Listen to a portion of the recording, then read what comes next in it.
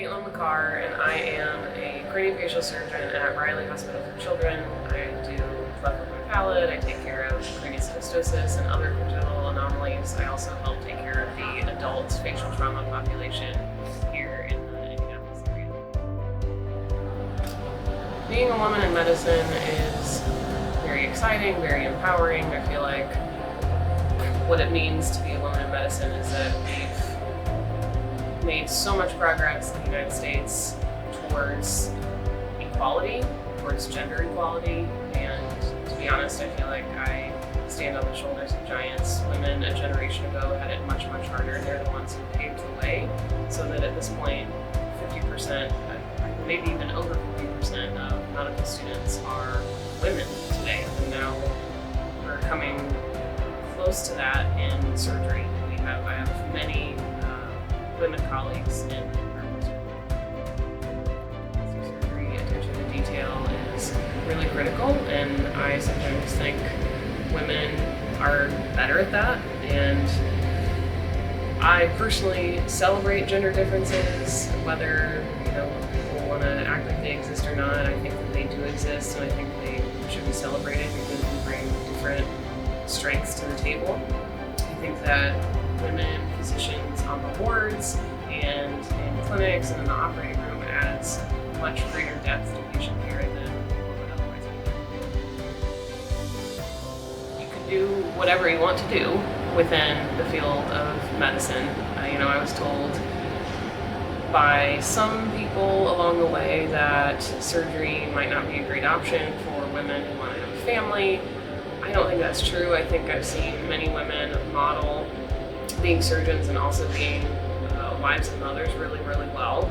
So I think if you're a woman aspiring to any particular arena of medicine, I think any of them are possible.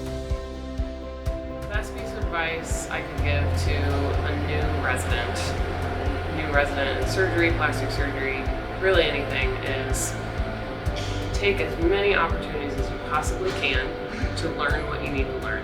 For surgical residents, be in the operating room every single chance you get. 5 years of residency, 6 years of residency feels like an eternity when you start. It actually flies by, and there are some things that you miss in residency, or there are opportunities that can pass you by if you're not intentional. And even if there's another resident available to cover a case, if you don't feel comfortable doing that case on your own and you're a chief resident, you should probably be there, because you never know what you're going to get called upon to do in practice. And it's just such a gift to be able to be in an operating room with an attending surgeon who is ultimately responsible for that patient and can take you through cases, can teach you, can explain their decision making, can talk you through the technical aspects of the case.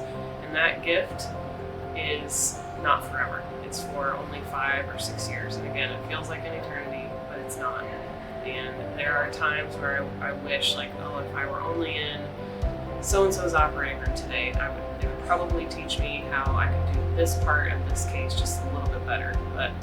And that's not to say that when you're done, you're not providing great patient care, but again, it's a short period of life, and it's long, and it's really hard, but take every possible chance you can get to be in the operating room with the experts. Being the only woman to match into plastic surgery for my graduating medical school class was, first of all, an immensely humbling experience. I worked really hard in medical school. I did all that I needed to do,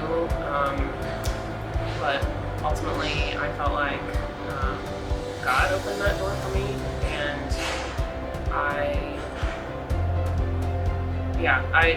felt immensely humbled and honored that I was going to get to go down this career path and down this journey where I help provide reconstructive healing for patients and be part of their journey towards restoration of dignity through reconstructive surgery. So the fact that I was the only woman is it wasn't uncommon. That was years ago.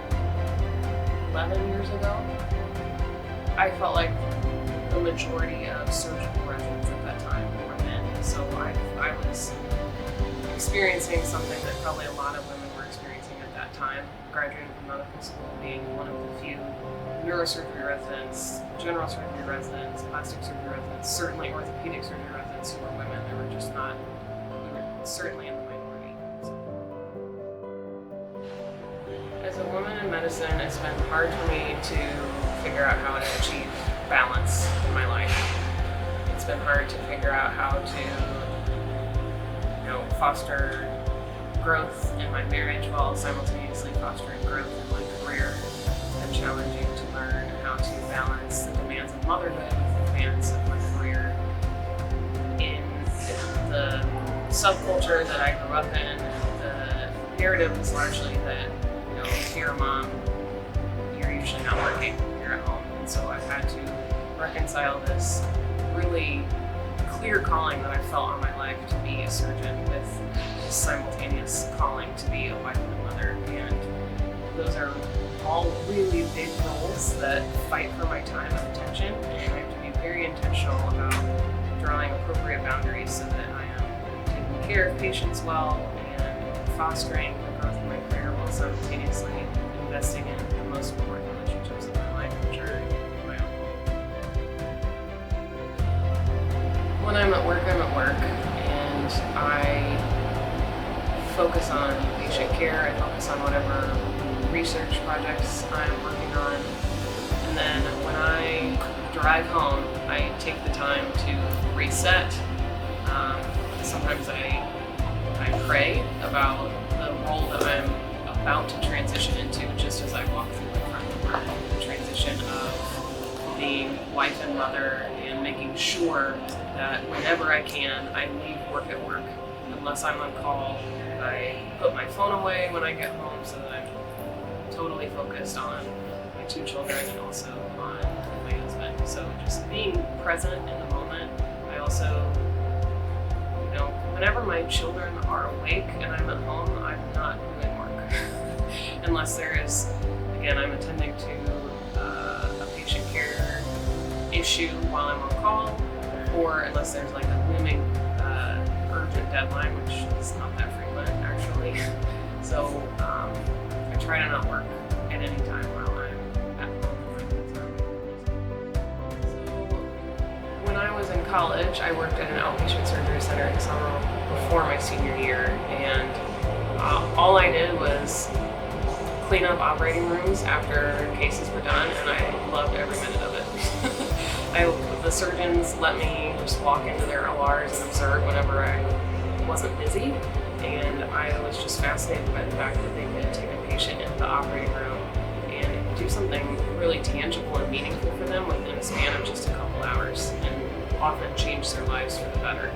And then in medical school, I did some surgery rotations, and I just, again, loved that aspect of instant gratification, if you will, but the fact that you can use your technical skills and your mind to affect such tangible and immediate change for patients who are sick was so intriguing to me. And in plastic surgery specifically, I loved this idea of restoring dignity to patients through reconstructive surgery.